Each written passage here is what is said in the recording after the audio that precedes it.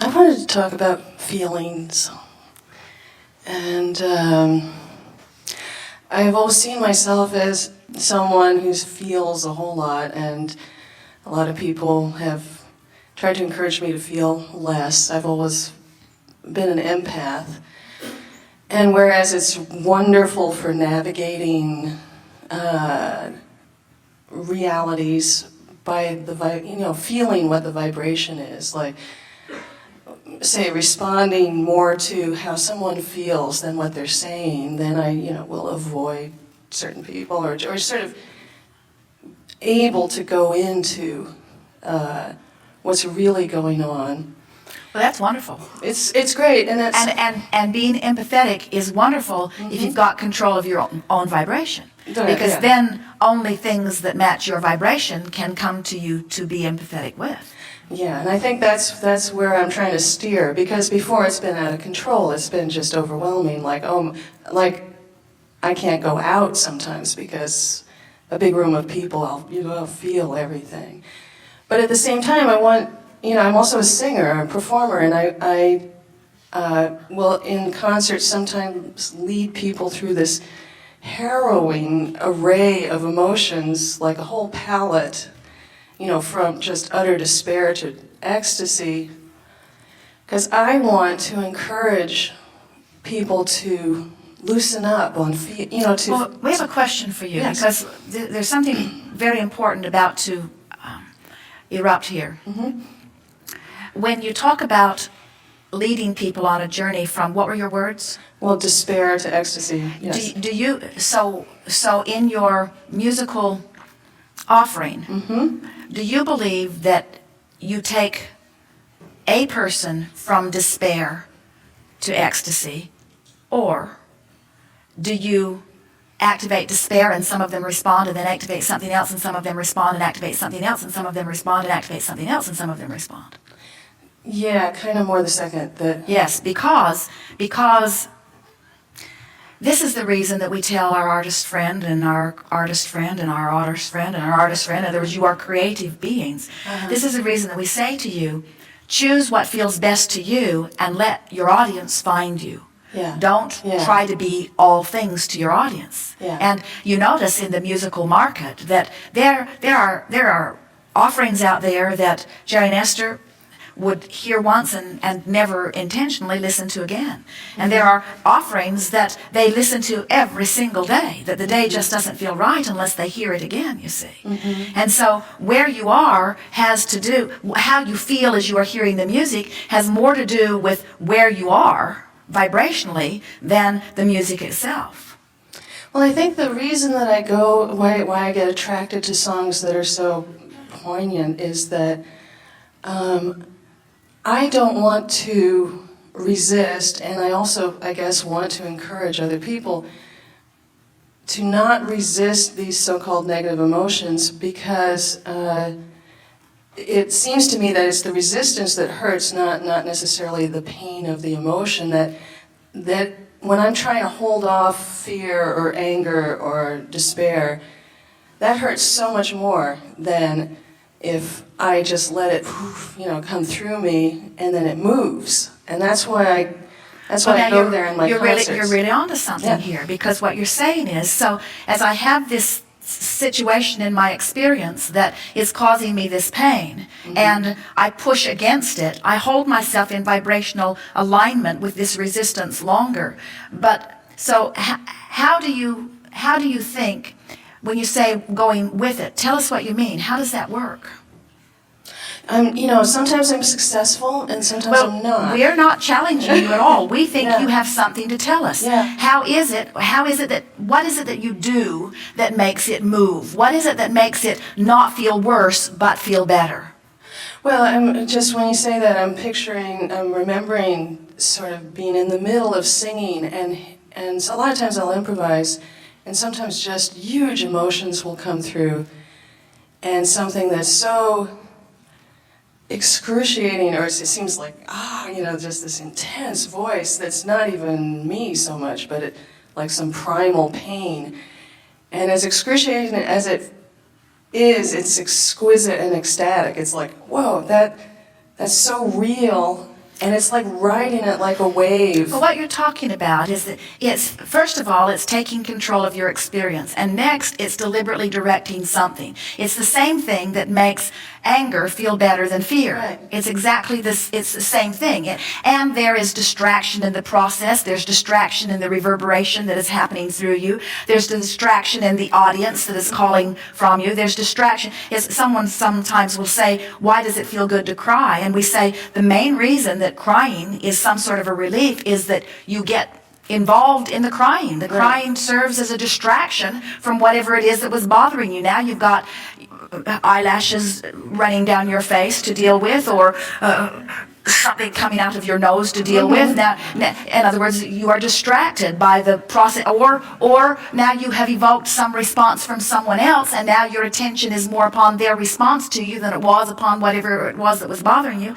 It's a sort of distraction process, and anytime you do anything that causes you to focus less on whatever it was that was feeling so bad, you feel better. So we want to come back, because we can feel that you have a premise that your life experience has taught you, and we want to say to you that it is valid. So tell us what it is you are getting at, and let us see if it fits within the laws of the universe as we know them to be, or if there is some confusion in what you are assuming. Yeah. Well, I think that the crux, if I could define the core of my confusion, there are times when I'll let any feeling just flow, and it'll move, and it's like watching this deep creature within.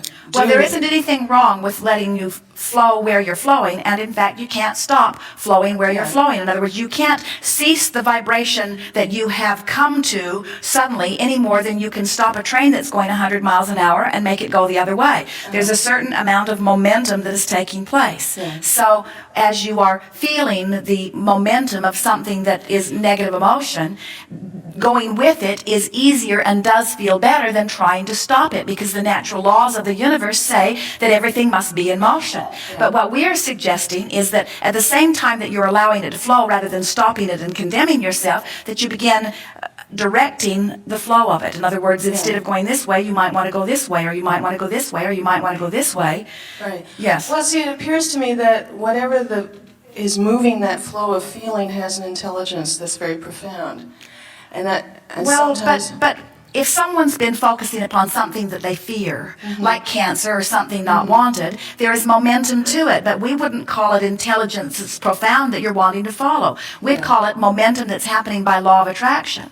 And we know what you're getting at. In other words, what you're getting at, what you want to believe and what you want us to say is that there is value in exploring the emotions and the attitudes that are on the very negative side of the emotional scale, because that's real too, and we acknowledge that it is. And we would even go further in agreeing with you that you can't just stop feeling what you're feeling, and there's no point in deciding that you're going to stop feeling what you're feeling. But we also must say emphatically that you have control over the way you feel much more than you've been giving yourself credit for.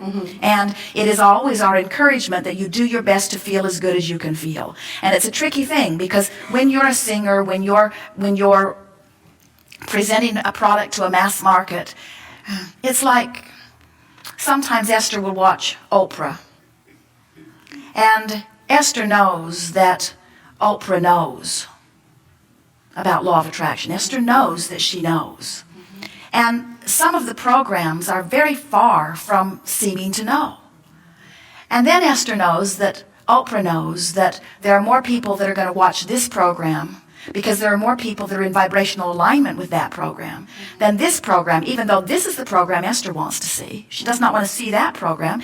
Esther knows that there is this understanding of where your audience is that goes a long way in evoking from you what you're wanting to offer.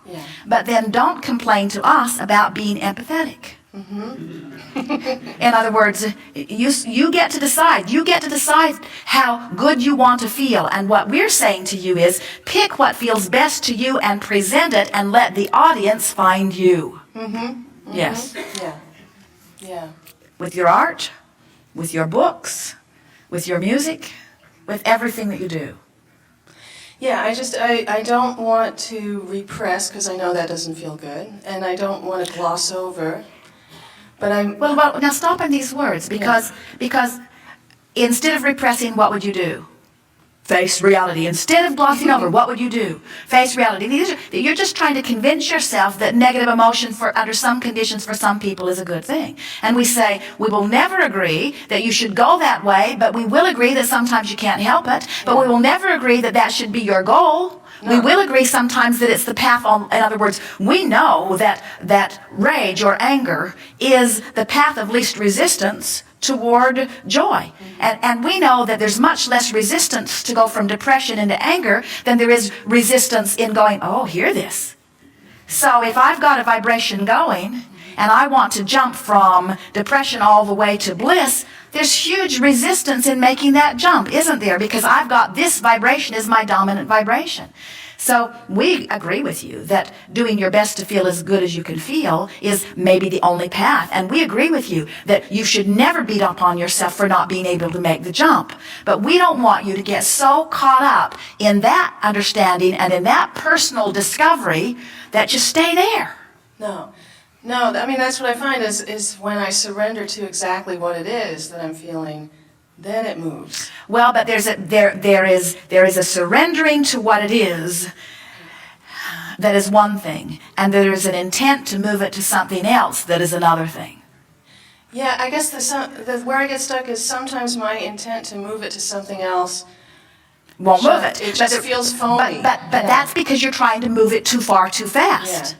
You see what we're getting at? Yeah, so just little increments is the way to go. And then I feel that very viscerally. You see, we give an analogy of Jerry and Esther coming from Phoenix to San Diego across the desert, heading west, and how they never really worry that they won't make it because they understand the journey. Yeah. But sometimes you get lost in your journeys because it's like, this all sounds very confusing. I don't know whether to go with the flow. I don't know whether to give in to my negative emotion. I don't know whether I should practice denial. I don't want to gloss over it. In other words, you've heard so much from so many different sources and people that you don't know for sure what's the right path for you to consistently get feeling better. And what we're saying is you can make this emotional journey every bit as understandable and quantifiable as a 400-mile journey going west across the desert, when you understand that the goal is to feel as good as you can feel right now. And if you feel a little better in anger than you did depression, then you're headed in the right direction. Yeah. And when you let somebody say, oh, it's wrong for you to feel angry, you got to say, well, it might not be where I want to end up, but it's a better place than where I was,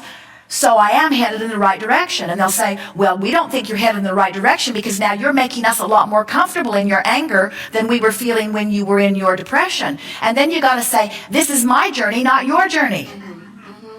I have to consider what feels better to me, otherwise I stay lost in the desert. When I try to please you and you and you and you, I just keep running around in circles and I make no headway. But when I get hold of the improvement that I feel, now I can feel that I'm moving in the path of least resistance, which has got to be the same thing as the path of most allowance. Now I'm lining up with who I am. I feel better, you see. We love how sensitive you are to the way you feel, and we can feel how good you are at interpreting vibrations. And when you use words like stuck, we want to say to you, is because you've been trying so hard for so long, because you've been so sensitive, to try to get into a better feeling place. And the thing that has been missing for you, as with many people, is a consistent understanding that you were in fact moving in the right direction. And now we'll tell you why. You care very much too much, very, very, very, very, very, very much too much what other people feel about what you feel. Right. You care far too much about what they think about where you are and how you're doing. And so that's why it's so easy for you to hear what they think and hear what they think and hear what they think and hear what they think, and then continue to try to adjust your path, and then you just get confused all over again, to the point that now you announce to us, I've decided to just go with my negative emotion. Because I can't buck it, I can't fight it, and I can't change it. So yeah, it feels better to me to just go with it. And we say, of course it feels better to go with it than to fight it, because fighting it just has you pointed in all that much more wrong direction. But we promise you, you'll feel even better when you say, all right, I'll go with my negative emotion for now, but I'm reaching for something that feels a little better, and I'm reaching for something that feels a little better. And those who watch your career evolve will notice the evolution of the music you choose.